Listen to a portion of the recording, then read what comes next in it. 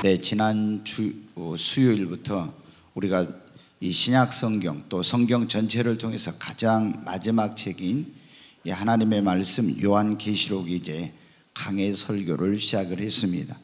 우리가 이 요한계시록에는 모든 것의 이제 결론, 이 우주 그리고 우리의 미래에 대한 그러한 것들, 역사의 끝이 어떻게 될 것인지 이러한 것들을 다 이 계시된 하나님의 말씀 속에서 우리에게 보여주고 있는 그런 내용입니다. 우리가 이 요한계시록을 공부하게 되는 가장 중요한 이유가 뭐라 했습니까? 요한계시록 1장 3절에 보면 이 예언의 말씀을 읽는 자와 듣는 자와 그 가운데 기록한 것을 지키는 자는 복이 있나니 때가 가까움이라. 때가 가깝기 때문에 우리가 굉장히 이 말씀을 우리가 읽고 듣고 또 배우고 지키는 것이 너무나 중요한 거예요. 때가 가깝다는 것은 뭐가 때가 가깝다는 거냐? 마지막, 이 세상 마지막 때가 매우 가까웠다, 그런 말씀이에요. 또 성경에 예언된 다니엘의 70일에라고 해서 490년이 그런 이제 그 하나님의 정해놓은 어떤 기간이 있는데 69일에 483년이 지나가고 이제 한 일에 7년이라는 그 기간이 남아있는데 우리가 보통 그것을 7년 대환란이라고 하는데 이제 장차 곧 이 세상에 7년 대환란이 임할 그런 때가 지금 임박해 있기 때문입니다. 여러분이 이제 이걸 요한계시록을 공부하게 되면 제가 이 다니엘의 70일에 그래서 7년 대환란이 왜 7년 대환란이고 이것을 이제 명확하게 여러분이 배우게 될 거예요. 그리고 이제 세계 정부를 만들어서 666이라고 하는 표를 이제 사람들에게 받게 하고, 이건 사탄의 수인데 적그리스도가 출현하려고 하는 그런 때가 임박해 있고, 우리에게 다시 오시겠다고 약속하신 예수 그리스도의 그 재림의 때가 매우 가까운 이런 시대이기 때문에 우리가 어떻게 합니까? 이 때를 알고 성도들이 이 때를 잘 준비하고 대비해야 됩니다. 만약에 때가 가까운데도 불구하고 어느 때인지 알지 못하고 우리가 준비함이 없이 살다가 만약에 여러분 대환란이 오고 또 어떤 적그리스도가 출현하고 666표를 받으라고 할 때 이게 받아야 되는지 말아야 되는지도 모르고 이건 받지 않으면 물건 사고 팔고 못한다는 게 무조건 가서 받아가지고 지옥 가게 되고 이런 일들이 여러분 어떻게 돼요? 이 요한계시록을 제대로 배우지 않으면은 이걸 알 수가 없는 거예요. 여러분 지금부터 4300년 전에 하나님이 온 세상을 물로 심판한다고 할 때 그때 여러분 어떻게 했어요? 하나님이 노아를 통해서 이미 이 세상을 물로 심판할 거라고 경고했지만 이 경고의 메시지를 듣고 준비하지 않은 사람들은 여러분 한 사람도 구원받지 못한 거예요. 준비한 사람만이, 그것을 대비한 사람만이 구원을 받게 된 것입니다. 여러분, 그래서 이 마지막 때를 살고 있는 우리는 이 예언의 말씀을 부지런히 읽고 듣고 지켜야 되겠습니다. 오늘 우리가 읽은 이 말씀에는 사도 요한이 patmos섬에서 이제 예수 그리스도께 계시를 받았다 했잖아요. 계시는 커튼을 젖힌다, 어떤 감추어져 있는 것들을 드러낸다, 이런 의미라고 말씀을 드렸어요. 그런데 이제 미래에 대한 일들은 우리에게 감춰져 있었어요. 커튼으로 가려져 있는 것처럼 되어 있었는데 주님께서 그것을 우리에게 계시를 통해서 밝히 다가올 미래에 대한 일들을 우리에게 보여주신 거예요. 그게 이제 바로 요한계시록인 겁니다. 그래서 요한계시록을 읽게 되면 미래에 어떤 일들이 일어날지를 우리가 이제 알게 되는 것입니다. 근데 patmos섬에서 사도 요한이 예수님께 계시라고, 예수 그리스도의 계시라고, 우리나라에 지금도 여러분 계시를 받는다, 또 계시를 받았다 이런 사람들이 많아요. 그거는 주님께로부터 온 계시가 아니에요. 여러분 어때요? 그래가지고 자기가 이만희 같은 경우는 하나님께 계시를 받았다, 또 이만희만 그런 게 아니에요. 우리나라에 자기가 예수라고 하는 사람이 한 40명 되는데 그런 사람들이 다 자기가 계시를 받았다. 또 미국에 가면은 이 몰몬교라고 하는 그런 이 교도들이 많이 사는 데가 유타주라고 해서, 근데 이 조셉 스미스라는 사람이 하나님께 계시를 받았다, 이렇게 해가지고 이 몰몬경이란 걸 기록했어요. 근데 여러분, 이건 주님이 진짜로 주신 계시가 아니에요. 최종적인 주님이 인류의 역사의 미래에 대해서 주신 계시는 바로 요한계시록 뿐입니다. 여러분, 근데 이 사도 요한에게 주님이 계시를 주시면서 이것을 뭐라고 했습니까? 아시아에 있는 7 교회에게 편지를 보내라, 이렇게 말씀을 했어요. 여러분, 여기서 이제 아시아는 아시아 전체를 통틀어서 말하는 게 아니라 소아시아를 말하는데, 지금으로 말하면은 어디냐면 터키, 이 터키 지역을 이제 여기서, 그러니까 에베소, 서머나, 버가모, 두아디라, 라오디게아, 빌라델비아 뭐 쭉 이런 교회들이 나오죠. 7 교회가. 그런데 이 7 교회가 있는 지역은 지금으로 하면 터키. 근데 이 터키는 지금은 어때요? 이슬람 국가죠. 근데 이제 그 당시에는 2000년 전에는 이 소아시아의 터키가 가장 기독교에 부흥하는, 교회가 부흥하는 그런 지역이었어요. 근데 이 지역에 교회들이 많이 있었는데 예수님께서 이 교회들 가운데 7 교회, 에베소 교회부터 라오디게아 교회까지 7 교회를 딱 택해가지고 주님이 말씀하시면서 거기에 있는 사자, 목사에게 편지를 보내라, 이렇게 말씀하신 거예요. 여러분, 우리가 보면 이제 에베소 교회가 나오죠. 그 다음에 무슨 교회요? 지난번에 제가 말씀드렸잖아요.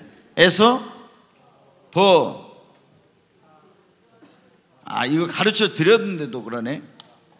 에서보도 사빌라 하면 된다 했잖아요. 서머나 교회, 그 다음에 버가모 교회, 두아디라, 사대 교회, 빌라델비아,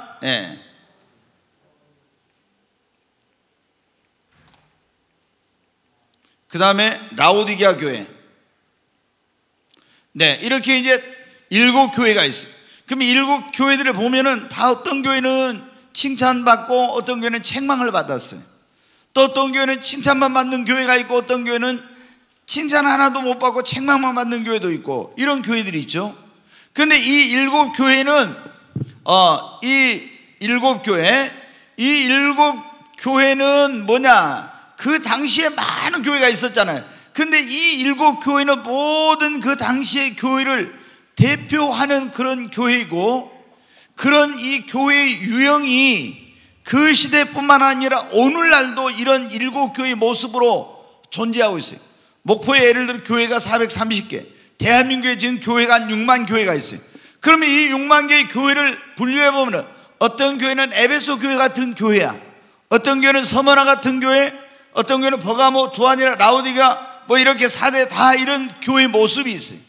우리 교회는 여러분 어떤 교회 모습일까요? 제일 좋은 것은 어떤데요? 빌라델비아 교회가 제일 좋은 교회인데, 여러분 어떻게, 뭐 이런 교회라고 해서 나쁜 교회는 아니지만은, 그러나 여기 책망을 받은 거에 많은데, 책망을 안 받은 교회는 서머나 교회하고 빌라델비아 교회밖에 없는데, 예를 들어 서머나 교회는 환란이 많은 교회인데 지금 뭐 박해를 받고 있는 인도라든가 막 이런 지역에 있는 교회들이 있죠. 지금도 그런 교회들이 옛날에 2000년 전에 서머나 교회하고 똑같은 교회예요. 근데 여러분 어때요? 이 7 교회에게 이제 편지를 보낸 거예요. 그런데 이것은 단순히 7 교회만을 위하여 보낸 것이 아니라 모든 교회를 위해서 보낸 거예요. 그래서 요한계시록 2장 7절 한번 보겠습니다. 같이 한번 읽습니다. 귀 있는 자는 성령이 교회들에게 하시는 말씀을 들을지어다. 여기까지 봐요. 여기 보니까 에베소 교회 사자에게 편지를 보내고 마지막에 뭐라고 하면, 귀 있는 자는 성령이 누구들에게? 교회들에게. 에베소 교회에게 보내면서 에베소 교회 귀 있는 자는 성령이 교회에게 하시는 말씀이 아니라 교회들에게 하시는 말씀을 들으라겠죠. 그러니까 에베소 교회에 보낸 이 서신을, 이 주님의 말씀을 서머나 교회도 버가모, 두아디라, 라오디게아 모든 교회가 다 들어야 되고, 여기 꿈의 교회도 들어야 된다는 거예요. 아멘. 그 다음에 2장 11절에도 보겠습니다. 같이. 같이 읽습니다. 귀 있는 자는 성령이 교회들에게 하시는 말씀을 들을지어다. 여기도 보니까 귀 있는 자는 성령이 뭐라고요? 교회들에게. 다 그렇게 나와요. 이 요한계시록에 7교회 보면 꼭 마지막에 성령이 교회들에게 하시는 말씀을 들을지어다. 그러면서 이기는 자에게는 이기는 자에게 이런 이기는 자에게 그 약속이 있죠. 근데 이 말씀은 우리는 서만학 교회도 아니고 우리는 에베소 교회도 아니고 우리는 라오디게아 교회도 아닌데 대한민국 목포 있는 교회인데 저게 우리하고 무슨 상관이 있어? 이렇게 생각했어요. 아니에요. 여기 주님이 보니까 성령이 교회들에게 하시는 말씀을 들을지어다. 그래서 우리가 이 말씀을 듣고 우리도 어떤 교회에 지금 속해 있는가 보고 우리가 잘하고 있는 것은 칭찬받을 것, 잘못한 것은 또 고쳐야 돼, 회개해야 되겠죠? 아멘. 자, 근데 이 7교회 편지를 보내면서 제일 이제 먼저 첫 번째 이제 뭐랬냐면 이 요한계시록을 써서 7교회 사자 목사에게 편지 형태로 이렇게 보낸 거예요. 서신 형태로. 그러니까 첫 번째 뭐가 나옵니까? 인사가 나와. 문안 인사. 여러분 옛날에 우리나라 사람들 인사할 때 저희 어렸을 때 주로 무슨 인사했어요? 진지 잡수셨습니까? 왜? 그때는 보릿고개 등등으로 해가지고 못 먹고 살 때라 끼니를 거는 사람이 많으니까 진지 잡수셨냐고 이렇게 물은 거예요. 근데 지금은 그런 걸 잘 안 물어봐요. 그 다음에 이제 6.25 전쟁이 터지고 막 너무 힘든 일이 많았으니까 그 다음에는 어때? 밤새 안녕하셨습니까? 밤새 무슨 일이 일어난지 모르는 거예요. 그 밤새 안녕하셨습니까? 그 다음에 이제 또 하도 뭐 힘들고 어려운 일이 많은 그럴 때는 어때? 요즘 평안하십니까? 이렇게 이제 또 해. 인사가. 그 시대의 어떤 그런 것을 반영한 거예요. 예, 여러분 어때요? 그런데 유대인들은 보통 인사를 할 때 어떻게 돼요? 샬롬. 우리 말하는 것은 안녕하십니까? 이제 이런 의미죠. 그런데 2000년 전에 사람들은 편지를 쓸 때는 어떻게 쓰냐? 꼭 문안 인사를 쓸 때 제일 먼저 쓸 때 자기들의 믿는 신의 이름으로 문안을 하는 거예요. 자기들의 믿는 신의 이름으로. 그럼 사도 요한은 누구를 믿어요? 하나님을 믿고 예수 그리스도를 믿죠. 그러니까 그 당시는 다 이 사람들이 자기들이 믿는 신의 이름으로 누구에게 뭐 평안을 비른다든가 이런 식으로 인사를 보내는 거예요. 그런데 여기 사도 요한은 하나님을 예수 그리스도를 믿는 사람이기 때문에 여기에 7교회 사자 목사에게 편지를 보낼 때 자기가 믿는 성삼위 하나님의 이름으로 문안을 합니다. 거기 4절과 5절 한번 보겠습니다. 같이 한번 읽겠습니다. 요한은 아시아에 있는 7교회에 편지하노니 이제도 계시고 전에도 계시고 장차 오실 이시며. 이게 뭐냐? 이제도 계시고 지금도 계시고 전에도 계시고 장차 오실 이. 이건 뭐냐면 영존하신 하나님을, 그 다음에 그의 보좌 앞에 있는 뭐라고요? 7영과 7영. 그 다음에 또 한번 보겠습니다. 또 같이 읽습니다. 충성된 증인으로 죽은 자들 가운데서 먼저 나으시고 땅의 임금들의 머리가 되신 예수 그리스도로 말미암아 은혜와 평강이 너희에게 있기를 원하노라. 아멘. 여기 보니까 인사를 할 때 세 가지로 하죠. 이제도 계시고 전에도 계시고 장차 오실.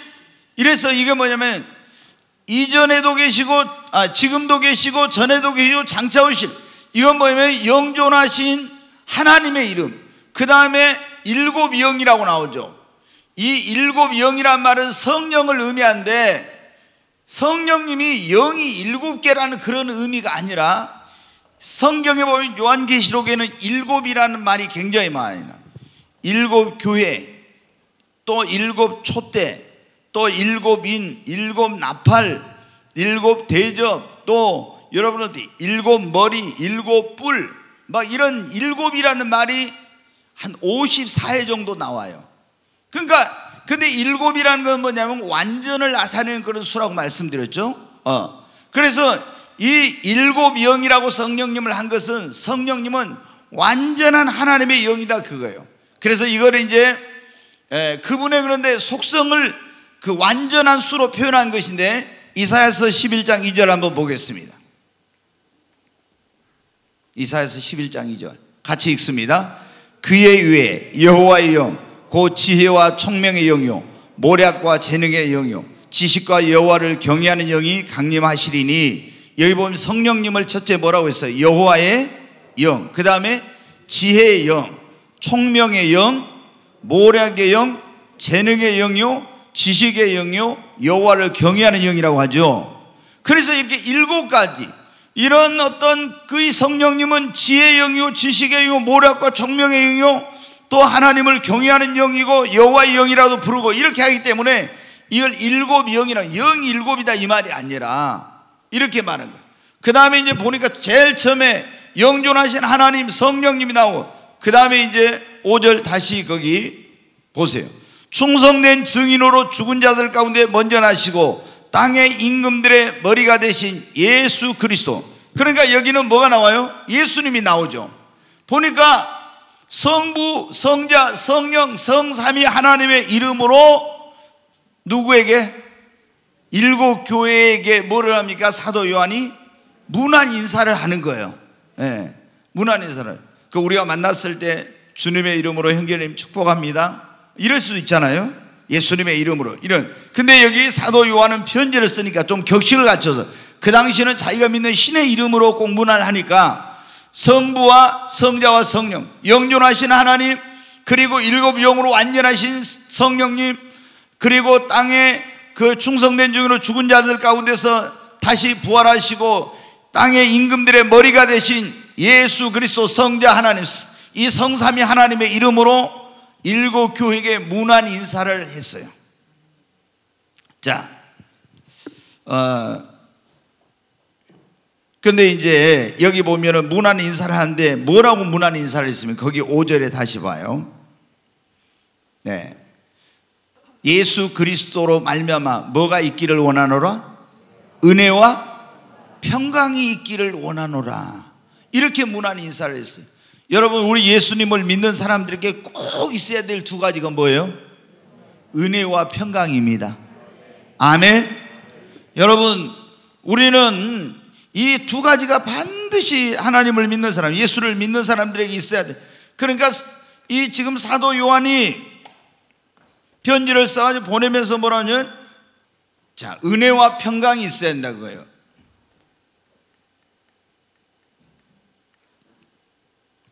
여러분, 우리가 왜 은혜가 있어야 됩니까? 우리는 하나님의 은혜 없이는 살 수가 없어요. 아멘. 내가 아무리 노력하고 또 애쓰고 해도 하나님의 은혜가 임하지 않으면 그 인생은 너무 고달프고 힘든 인생이에요. 반드시 여러분, 우리에게는 뭐가? 하나님의 은혜가 있어야 돼요. 그러잖아요. 또 우리에게 평강이 있어요. 내가 여러분 돈도 많고 뭐 권력도 있고 뭐 세상적으로 뭐가 다 있다 이렇게 봐요. 좋은 집에 살고 뭐 다 좋은 거 갖추고 있다. 그래도 우리 심령 안에 평강이 없다면, 평안이 없다면 행복하지 못해요. 그렇잖아요. 그러니까 반드시 우리 예수를 믿는 사람들에게는 하나님의 은혜가 있어야 되고, 2번째로는 평강이 우리에게 있어야 됩니다. 근데 여러분, 이 은혜를 받아야, 그러니까 전에 제가 여러 번 말씀드려요. 은혜를 받아야면 안 될 것도 돼요.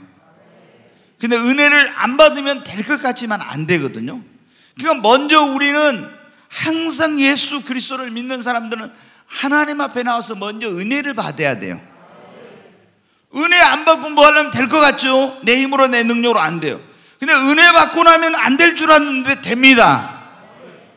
여러분, 그 은혜 받으려면 어떻게 해야 됩니까?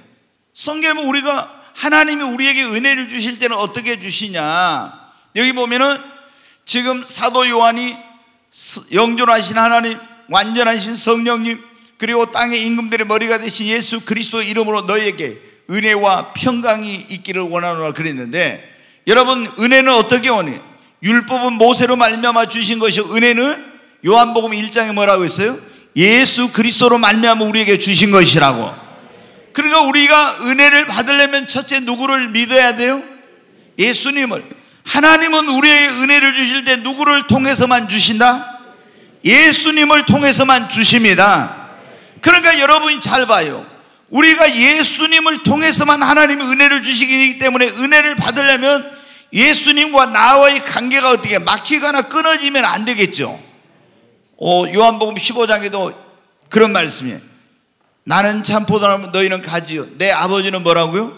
농부라고 했잖아요. 농부가 가서 비료를 줘요, 물을 줘요. 그런데 이 가지, 우리는 가지인데 가지에게 어떻게 갑니까? 줄기를 통해서 농부가 준 비료와 그 자양분과 이런 모든 것들이 다 가지에 공급이 되죠. 그런데 우리가 우리가 줄기, 포도나무이신 예수님께로부터 떨어지면 어떻게 돼요? 농부이신 하나님 주는 게 아무것도 공급 못 받는 거예요. 여러분 어때요? 마찬가지. 그러니까 우리가 은혜를 받으려면은 먼저 예수님을 믿고 예수님과의 관계가 올바른 관계 속에 주님 안에 여러분 거해야 됩니다. 이게 안 되면 안 돼요. 그리고 예수님 안에 거하면서 은혜를 뭐 해야 되겠습니까? 사모해야 됩니다. 아멘. 하나님은 사모하는 영혼을 만족케 하시니까 은혜를 사모하시기 바랍니다. 그리고 사모하고 또 뭐 해야 돼요? 기도해야 됩니다. 늘 주님과의 올바른 관계 속에 있으면서 은혜를 사모해. 하나님의 은혜를, 그러면서 하나님 내게 은혜를 베풀어 주시옵소서. 종에게 은혜를 주시옵소서. 은혜를 구하고, 하나님은 어떤 사람에게 은혜를 주시냐? 교만한 자를 대접하시고 겸손한 자에게 은혜를 주신다 했잖아요. 이 말은 뭐냐? 하나님의 은혜가 없이는 나는 살 수 없습니다. 이렇게 내 힘으로 내 능력으로는 살 수 없습니다. 이러면서 자기를 주님 앞에 낮추고 하나님의 은혜를 갈망하는 그런 자에게 하나님이 은혜를 주신다는 말씀입니다. 그러면서 우리가 은혜 받으려면 어떻게? 은혜 자리 나오고 은혜 받으려고 애쓰고 노력한 사람에게 하나님이 은혜 위에 은혜를 주시야. 더 큰 은혜는 언제 주시냐? 근데 자 보세요. 우리가 이제 예수님을, 은혜를 받으려면 예수님을 어떻게 한다? 첫째, 믿어야 된다 했죠. 믿어. 그리고 은혜를 받으려면 뭐예요?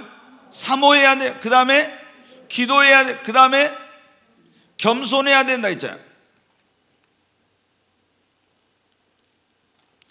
그 다음에 은혜 받으려고 뭐를 해야 돼요?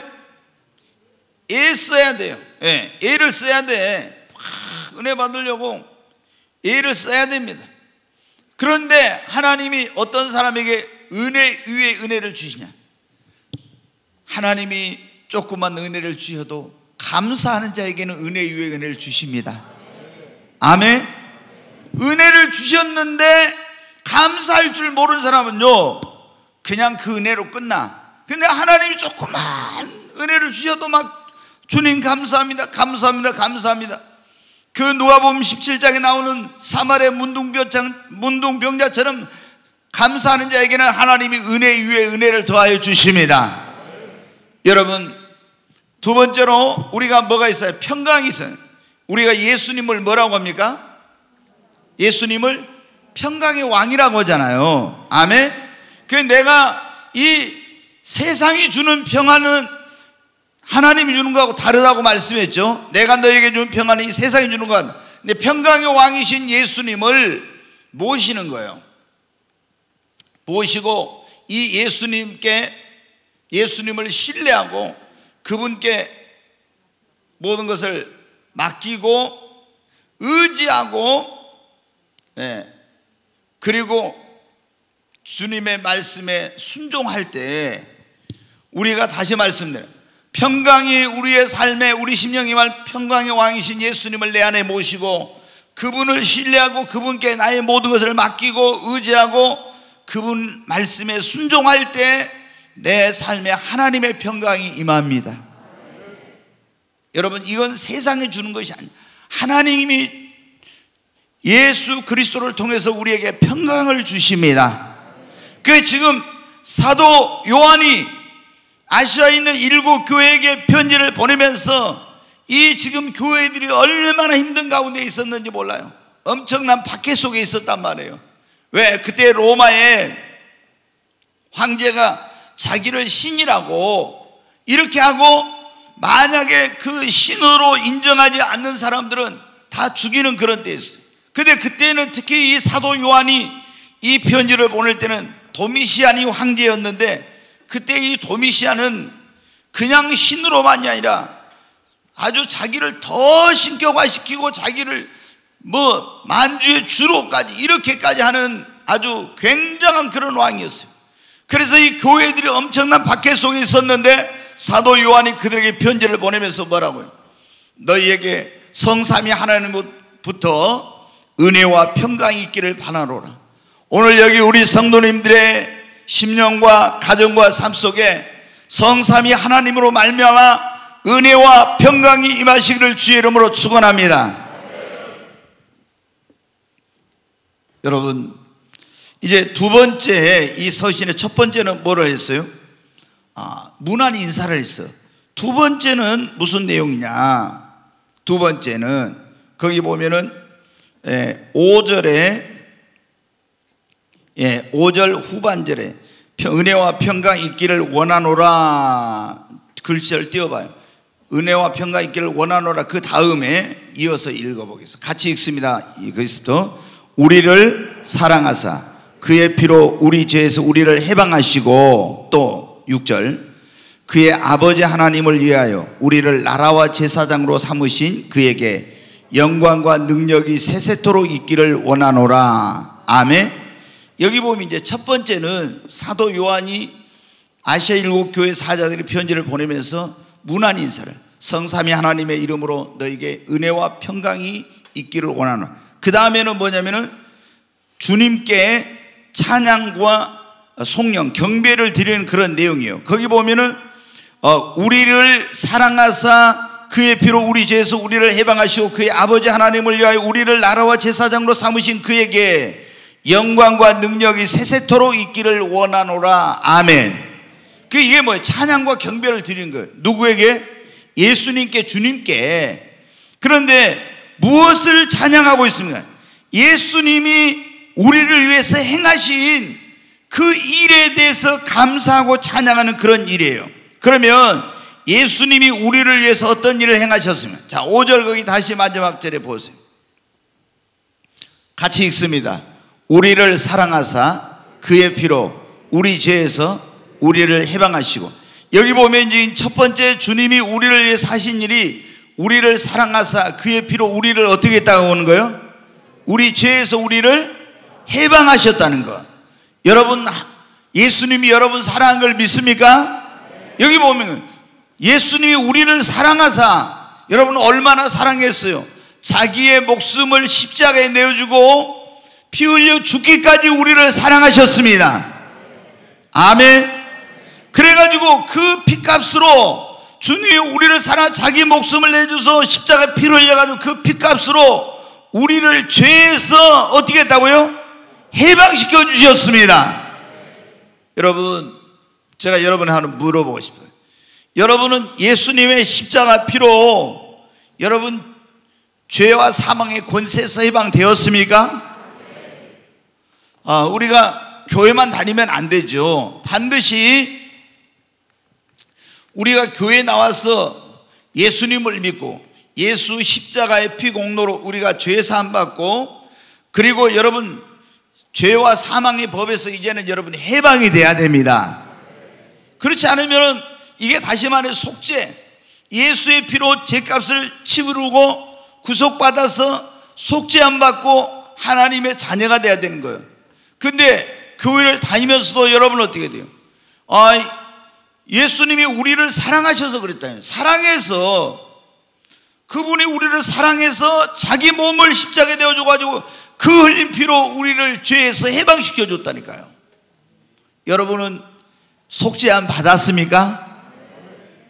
아유, 마스크 써서 아멘 소리가 적은지 이게 자신 없어. 진짜 여러분 속죄함 받았어요? 속죄함 우리 찬송가 그거 있잖아요. 속죄함 받았네. 여러분 그걸 그냥 의미도 모르고 속죄함 이렇게 부르는 사람인데 그 의미를 모르고 부르면 안 돼. 우리 진짜 여러분 예수님의 십자가 피로 속죄를 받아야 됩니다. 로마서 8장 1절로 2절 한번 보겠습니다. 같이 읽습니다. 그러므로 이제 그리스도 예수 안에 있는 자에게는 결코 정죄함이 없나니 이는 그리스도 예수 안에 있는 생명의 성령의 법이 죄와 사망의 법에서 너를 해방하였음이라. 아멘. 여기 보면 그러므로 이제 그리스도 예수 안에 있는 자에게는 결코 뭐가 없다고요? 정죄함이. 왜 정죄함이 없어요? 예수님이 우리의 죄를 다 속해 주시고 우리 대신해서 정죄를 받으셨기 때문입니다. 그래서 예수님을 믿고 예수의 피로 우리가 속죄함을 받고 예수 피로 해방된 거예요. 그래서 예수 안에 있는 자에게는 결코 정죄함이 없는 거예요. 그리고 그리스도 예수 안에 있는 생명의 성령의 법이 죄와 사망의 법에서 멸망의 길에 그 법에서 우리를 해방시켜 주신 것입니다. 여러분, 근데 지금 주님이 놀라운 일을 행하셨다는 거 두 가지.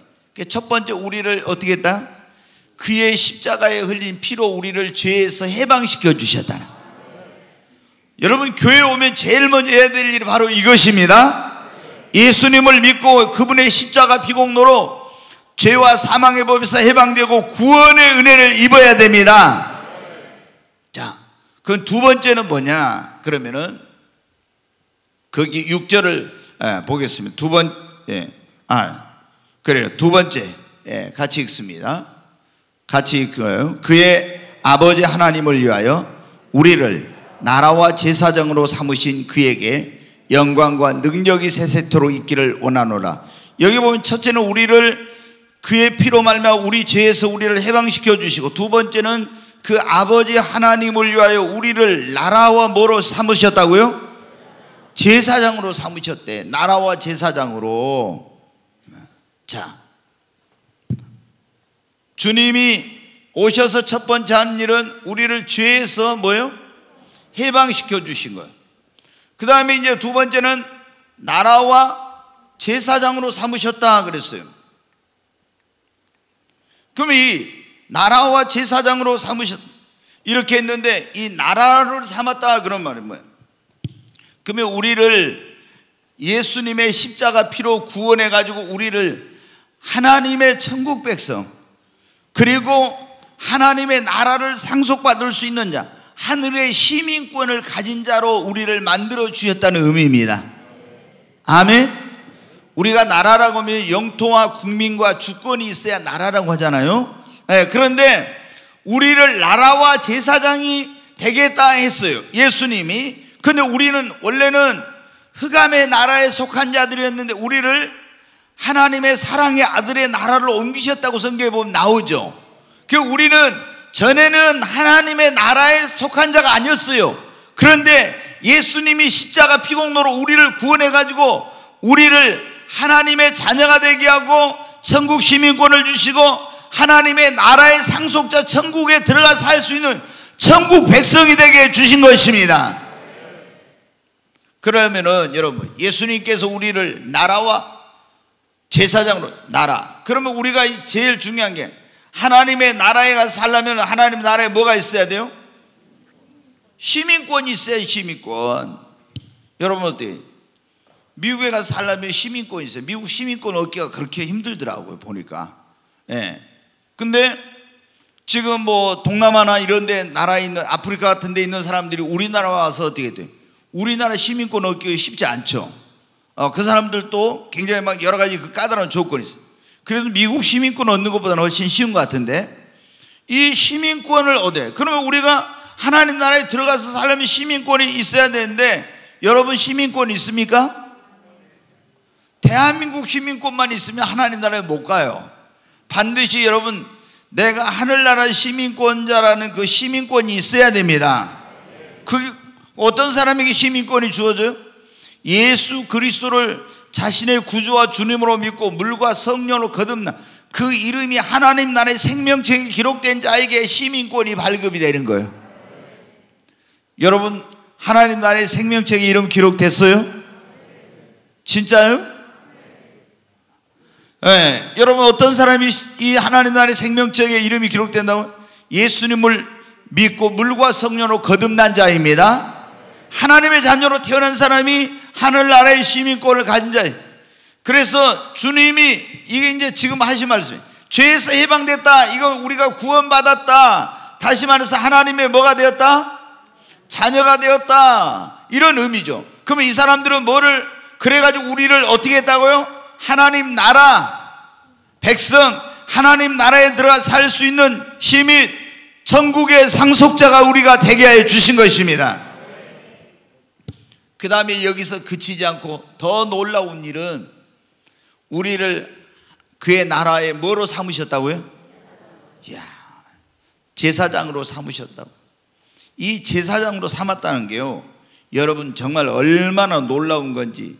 이야, 이 이스라엘 백성들 있잖아요. 구약시대 이스라엘 백성들은 최고로 부러워한 사람이 어떤 사람이냐? 제사장들을 최고로 부러워해요. 제사장들을. 제사장들을. 왜 제사장들을 그렇게 부러워하냐? 원래 하나님이 이스라엘 백성들을 구원했을 때는 다 그 민족을 제사장으로 삼으려고 했어요. 자, 출애굽기 19장 한번 보겠습니다. 네, 같이 읽습니다. 세계가 다 내게 속하였나니 너희가 내 말을 잘 듣고 내 언약을 지키면 너희는 모든 민족 중에서 내 소유가 되겠고 너희가 내게 대하여 제사장 나라가 되며 거룩한 백성이 되리라. 너는 이 말을 이스라엘 자손에게 전할지니라. 하나님이 이제 모세에게 하신 말씀, 너희가 내 말을 다 잘 듣고 지키고 이렇게 하면은 너희는 내게 대하여 뭐가 되리라? 제사장 나라가 될 거라고. 자, 이게 이제 무슨 내용이냐면 이스라엘 백성들이 애굽에서 종살이하고 있었잖아요. 네, 종살이. 근데 이제 하나님이 모세를 보내가지고 그들을 구원해 주셨어요. 그래서 이 사람들을 어디로 인도했냐? 시내산, 하나님의 산이라고 보통 그래요. 시내산으로 불러가지고 거기서 이제 모세를 불러 올렸는데 하나님이 모세에게 말씀하신, 너희가 내 언약을 지켜 내 말을 잘 순종하면 너희를 뭐가 되게 하겠다? 너희 민족을 제사장 나라로 삼겠다 이렇게 말씀했어요. 그런데 이 이스라엘 백성들이 하나님이 제사장 나라로 삼아서 쓰신다고 했는데 이스라엘 나라가 어떻게 돼요? 모세가 40일 동안 시내산에 올라가서 있는 동안 뭐를 숭배했어요? 금송아지 우상을 만들어갖고 그 금송아지가 자기들을 애굽에서 구했다고 이렇게 한 거예요. 그래서 하나님이 어떻게 이스라엘에게 제사장 나라가 되리라고 했던 자격을 박탈을 해버려요. 그리고 누구에게? 레이지파에게 뭐냐면 제사장 직분을 줘버려요. 레이지파에게. 이스라엘 12지파 가운데서 레이지파에게. 그래서 이제 레이지파가 제사장 지파가 된 거예요. 거기서 제사장이 나오고 다른 지파에서는 못 나와요. 근데 이 제사장은 무슨 일을 하냐? 그러면 하나님의 성전에 가서 봉사를 해요. 여러분, 구약 시대는 어떻게 했냐? 우리가 이제 하나님의 성전에서 봉사할 때 성전이 있으면은 이 성전이 어떻게 되느냐면 이런 식으로 이제 제가 이제 이렇게 정하면은 여기가 지성소라는 데가 있어요. 이제 하나님을 만나려면 이 지성소 들어가요. 그 다음에 여기에 휘장이 있고 여기가 성소라는 데가 있어요. 그 다음에 이제 이렇게 마당이 있어요. 그러면은 제사장이 아닌 사람은 절대 이 성소나 지성소 안에 못 들어가. 하나님 앞에 절대 길을 못 들어가. 마당만 밟고 가. 그러니까 제사장이 된다는 것은, 그리고 여기서 봉사하고 이 사람들은 다른 일을 안 하고 이스라엘 12지파가 헌물과 11조와 이런 거 바치면 그거 가지고 생활하고 오직 하나님을 섬기고 봉사하는 이런 일만 해요. 그러니까 이 사람들은, 제사장들은 어떻게 했냐? 자, 제사장이 하는 일, 하나님의 성전에서 봉사를 해요. 그 다음에 예배를 드려. 그리고 이제 하나님을 섬기는 그런 일이에요. 이제 뭐 여기 등대에 불도 켜고 이런 거 다 이제 하나요. 섬기는 거. 그 다음에 네 번째, 이 사람들은 이제 또 뭐냐면 백성들이, 여러분 있잖아요. 옛날에는 이때는 뭐냐면 백성들이 죄를 사함 받으려면 돼. 제사장한테 양이나 소나 이런 걸 가지고 가야 돼. 그럼 제사장이 그걸 죽여가지고 속죄소에 피를 뿌려서 이 역할을 해줘야 죄를 속함을 받는. 그러니까 중재자 역할을 해. 죄를 속하는 속죄 제사를 드려서, 그 다음에 이제 뭐냐면 백성을 가르치는 일을 해요. 그 다음에 이 하나님의 백성을 위해서 하나님 앞에 기도를 하고, 그리고 하나님의 백성을 축복을 하는, 자 보십시오, 하나님의 성전에 봉사하고 예배하고 섬기는 일하고 죄 지은 사람들을 위해 속죄를 그 제사를 드리고 이런 일하고 백성을 율법으로 가르치고 그 나라와 백성과 민족을 위해 기도하고 그들을 주의 이름으로 축복하면 그들에게 그 축복이만, 이거를 뭐냐면은 제사장이 하는 거예요. 그러니까 이 제사장은 원래는 하나님이 이스라엘 백성 전부가 제사장이 되게 하려고 했는데 이들이 어떻게 했어요? 범죄하니까 하나님이 박탈해버리고 네 지파에서만 이걸 이제 할 수가 있게 된 거예요. 그러니까 네 지파는 이스라엘이 가나안 땅에 들어가서, 여러분 보세요, 거기서 땅을 분배할 때도 기업이 안 돼. 그냥 여호와가 그들의 기업이야, 하나님이. 그래서 이스라엘 백성들이 가장 부러워하고 정말로 그렇게 가장 정말 존경하는 그런 사람들이 누구냐면 바로 이 제사장이 되는 거예요, 제사장. 그런데 여러분, 자, 우리는 하나님께 택함받지도 못한 무슨 사람들이었어요? 이방인이었어요. 유대인이 아닌 이방인이요. 그 다음에 우리는 또 뭐였어요? 죄인이었어요. 그런데 이방인이고 죄인인 우리를 구원해가지고 주님이 우리를 뭐로 삼으셨다고요? 제사장. 지금 그랬잖아요. 나라와 제사장으로 예수의 십자가 피고로 우리를 해방시켜가지고 그의 나라와 제사장을 삼았다겠죠. 여러분, 이렇게 존귀하고 영광스러운 제사장으로 주님이 우리를 삼으셨다니까요. 아멘. 구약시대는 어떻게 돼요? 제사장 아닌 사람은 직접 가서 예배를 못 드려. 제사장이 중간에 그 다 역할을 해줘야 돼. 근데 지금 우리는 어떻게 돼요? 하나님 앞에 마음대로 나와서 예배 드릴 수 있는 제사장이 된 거예요. 아멘. 자, 베드로전서 2장 한번 5절도 보겠습니다. 같이 읽습니다. 너희도 산돌같이 신령한 집으로 세워지고 예수 그리스도로 말미암아 하나님이 기쁘게 받으실 신령한 제사를 드릴 거룩한 제사장이 될지니라.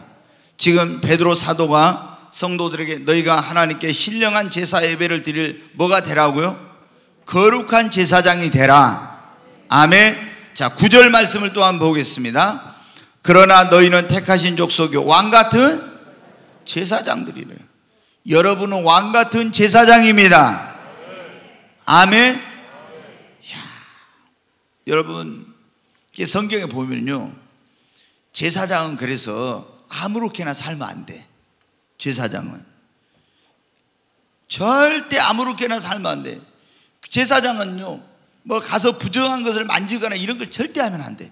여러분이 지금 하나님 앞에 왕같은 제사장, 신령한 제사장을 이걸 깨달으면은 여러분이 얼마나 거룩하게 생활을 해야 되는지 그걸 알게 돼. 그래가지고 예를 들어서 제사장들은요, 그런데 이제 여러분 보세요. 아론의 그 후손들이 제사장이 있잖아요. 레위지파에서 계속 이거 대를 어떻게 돼요?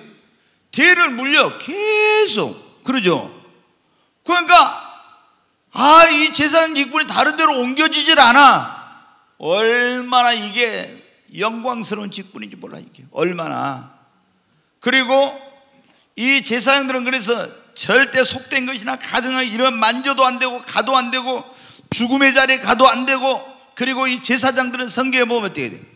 절대로 뭐 죽은 사람의 어떤 부인이라든가 과부라든가 무슨 이런 어떤 사람, 이혼한 사람의 이런 사람하고는 절대로 어떻게 돼요?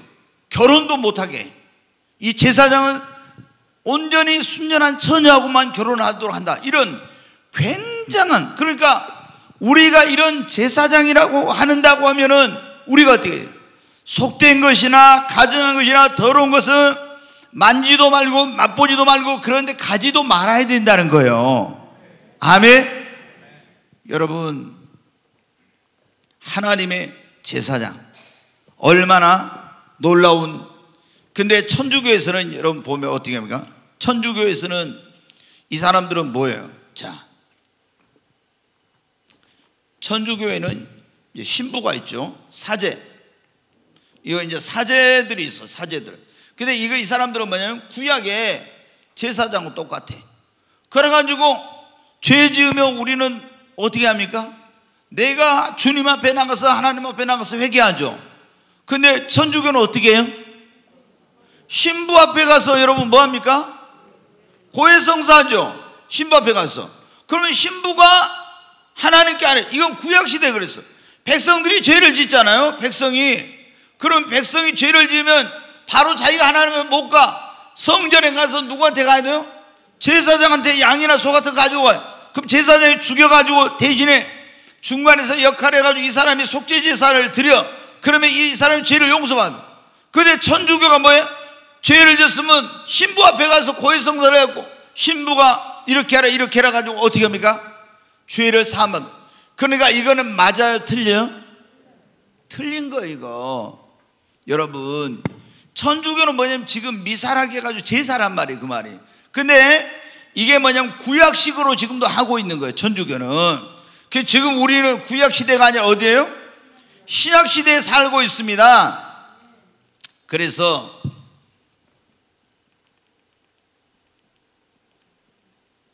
마틴 루터, 이 사람 여러분 아시죠? 누구예요?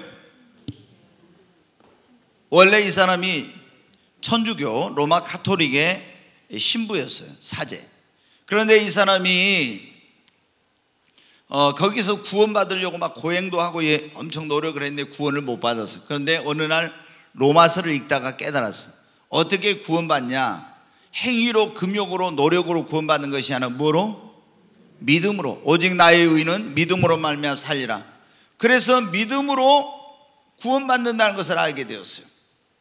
가만히 보니까 천주교가 그때 뭐라냐, 로마에 있는 거기다가 성당을 지으려고 뭐라면 면죄부를 팔고 있는 면죄부. 이거 면죄부 돈 주고 사면은 지옥에 있는 영혼이 이 헌금통에 땡그랑 하고 떨어질 때 지옥에 있는 영혼이 연옥으로 쓱 하고, 연옥에 있는 영혼이 땡그랑 하고 돈을 헌금하면 천국으로 다 옮겨주고 이렇게 한다고. 그래 보니까 마틴 루터가 보니까 이건 성경하고는 전혀 안 맞는 거예요. 여러분, 돈으로 우리가 주일학교 되면 돈 갖고도 뭐예요? 못 가요. 하나님 나라 절대 돈 갖고 못 가죠. 뭐로만 가요? 믿음으로만. 믿음으로만 의롭게 된다, 이걸 깨달았어. 그래가지고 이제 마틴 루터가 종교 개혁을 하게 됐어, 결국에. 그래서 우리가 오늘날 지금 이 기독교, 개신교를 기독교 프로테스탄트라고 하는데, 이 개신교가 만들어진 거예요. 근데 여러분 어떻게 돼요? 이 개신교를 만들었을 때 마틴 루터는 가만히 보니까 자기도 신부였잖아요, 사제. 근데 그때 보니까 이게 가톨릭에서는 구약적으로 하고 있구나. 신부가 제사장이야. 그리고 성도들은 그냥 일반 백성이고, 이거는 구약적이 아니구나 해가지고 마틴 루터가 종교개혁을 하면서 믿음으로 말미암아 우리 모두가 구원받을 뿐만 아니라 만인 제사장이라고는 예수 그리스도를 믿고 구원받는 사람은 모두가 하나님 앞에 다 평등한 제사장이다. 이걸 이제 가르친 거예요. 그래서 여러분 어디 교회 안에 우리가 주의 종이 있고 이런 부름받은 일이 있지만 교회 안에서 목사가 지위가 높은 게 아니에요, 여러분. 하나님 앞에 우리는 다 똑같은 거예요. 어떤 그 성직의 부름을 받았을 뿐이지 그게. 그런데 천주교는 이게 계급이에요, 계급. 계급. 추경이고 추경에 교황이 있고 이래가지고 계급이에요. 왜? 구약식으로 이렇게 하니까. 그래서 이게 만인 제사장이라는 것은 뭐냐면 우리가 모두가 다 하나님 앞에 나가서 예배를 드리고 기도하고 하나님을 섬기고 봉사하고 또 그래서 뭡니까? 이렇게 속죄하는 일을 하자. 우리가 전도해서 영혼을 구원하는 일을 하고 그리고 가르치는 일을 하고 우리가 이런 것을 할 수 있다는 걸, 그리고 예수의 이름으로 다른 사람을 축복할 수 있다는 것을 말하는 겁니다. 아멘? 그러잖아요. 구약시대는 여러분이 꿈도 먹고 그런데 여러분이 지금 어떻게 만인 제사장이 돼가지고 누구 때문에? 예수님이 우리를 십자가에서 그 피로 죄에서 예방시켜 나라와 제사장을 삼아주셔가지고, 아멘. 그러니까 이게 내가 그냥 요한계시록 이럴 때 뭐 나라와 제사장 뭐 별거 아닌 줄 알았더니 여러분은 어떻게 해요? 이 나라와 제사장을 삼았다는 게 이게 그 엄청난 일이에요. 엄청난 일.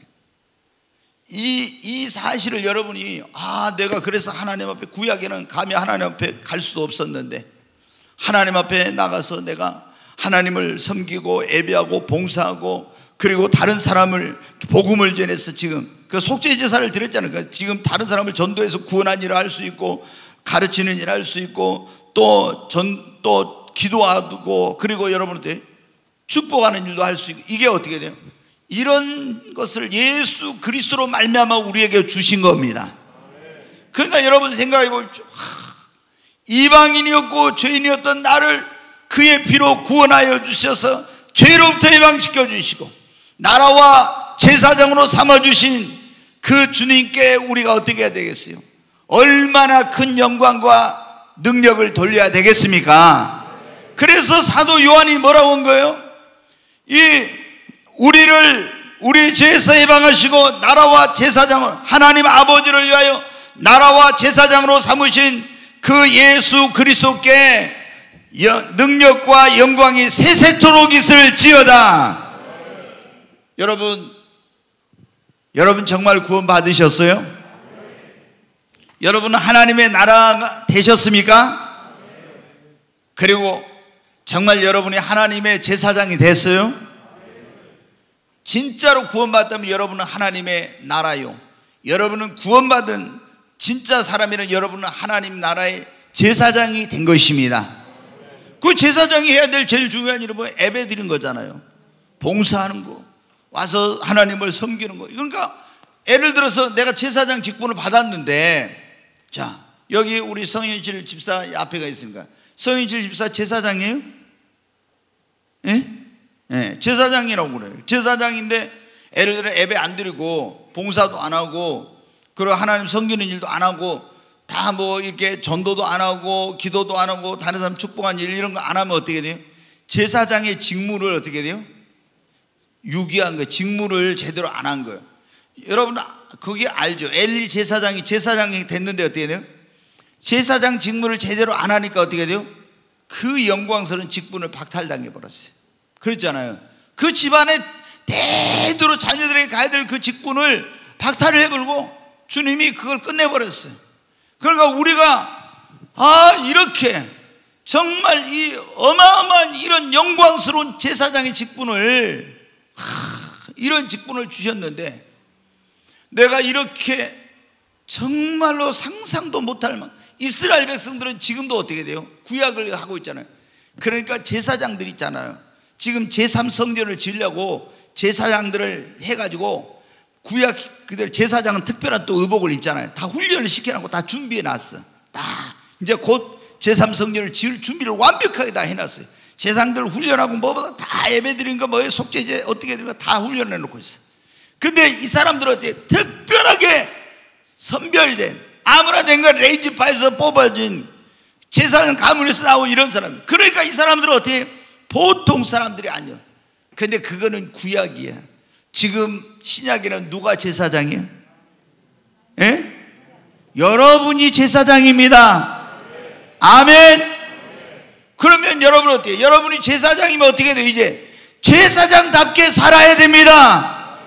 제사장답게 살아야 돼. 그 제사장 돼가지고 어떻게?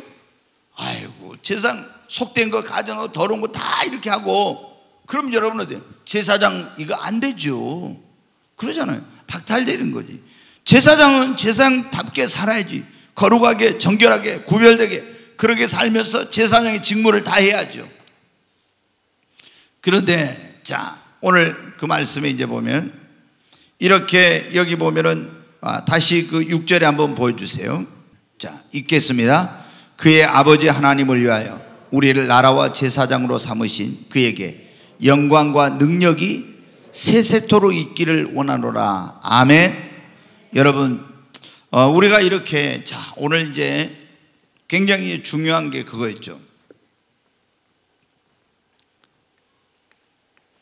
예수 그리스도를 믿는 자들에게는 반드시 두 가지가 있어야 한다 했어요. 그게 뭐예요? 첫째, 은혜. 예, 은혜가 있어요. 두 번째는요, 평강이 있어야 한다. 여러분, 우리 성도님들의 심령, 가정, 삶에 꼭 은혜와 평강이 넘치기를 바랍니다. 이게 있어야 돼, 은혜와 평강이. 그 다음에 이제 우리가 죄인이었던 우리를 주님이 그의 피로 죄에서 어떻게 했어요? 해방시켰어요. 그래서 우리를 구원해 주신 거예요. 그래가지고 우리를 그분의 뭐로? 나라와 제사장으로 삼으셨다고. 그분의 나라와 제사장으로 우리를 삼으셨어요. 그러면 여러분 보십시오. 내가 죄로 말미암아 영원히 지옥에 갈 수밖에 없던 나를 구원해 주신 것만 해도 감사한데, 그분의 나라, 하나님 나라의 백성 되고 천국을 상속자 되게 해주시고 제사장이 되어서 하나님을 섬길 수 있는 이 놀라운 엄청난 특권을 주셨으니 우리는 어떻게 해야 되겠습니까? 감사하며 살아야 돼요. 아멘. 이건 내 공로나 내 노력으로 된 거 있어요? 하나도 없잖아요. 전적으로 주님의 은혜니까 구원받은 사람은 감사하며 살아야 돼요. 감사하며 살아야 돼요. 아니, 이렇게 큰 하나님이, 예수님이 우리를 사랑하사 그랬잖아요. 우리를 사랑하사 우리를 우리 죄에서 자기 피로 구원하셨다고. 자기 목숨을 내어주기까지 우리를 사랑해가지고 우리를 구원해 주시고 그 나라와 제사장으로 삼아서 하나님을 섬길 수 있게 해주셨으니 얼마나 감사해요. 그래서 첫째, 감사하고, 그리고 우리는 두 번째, 하나님을 위하여 나라와 제사장으로 삼았기 때문에 세세토록 영광과 능력이 있을지어다 그래. 세세토록 하나님께 영광을 돌리는 삶을 살아야 되겠습니다. 아멘. 네, 이제 이 말씀을 여러분들이 이 요한계시록을 공부하게 되면은, 제가 지난번에 말했잖아요. 성경이 열리게 된다고. 성경이. 그래서 뭐 그냥 여기 읽어보니까 뭐 제사장, 뭐 나라와 제사장이 별거 아닌 줄 알았더니 이게 이제 엄청난 이런 거라는 거. 사실은 여러분이 이거 내가 이런 제사장이라니 이런 거 하면요 가슴이 막 뛰어야 돼 진짜. 한번 생각해. 이스라엘 백성들 가서 봐요. 제사장님은 이거 어마어마한 거, 어마어마한 거. 그거는, 근데 우리 뭐 노력으로 이런 것도 아무것도 아닌데 주님의 그 은혜로 말미암아 그 나라와 제사장이 됐으니 얼마나 이 엄청난 건데. 정말 그러므로 이제 우리가 감사하며 제사장 직무를 다하며 하나님께 영광 돌리는 그런 삶을 사는 저와 여러분이 되십시다.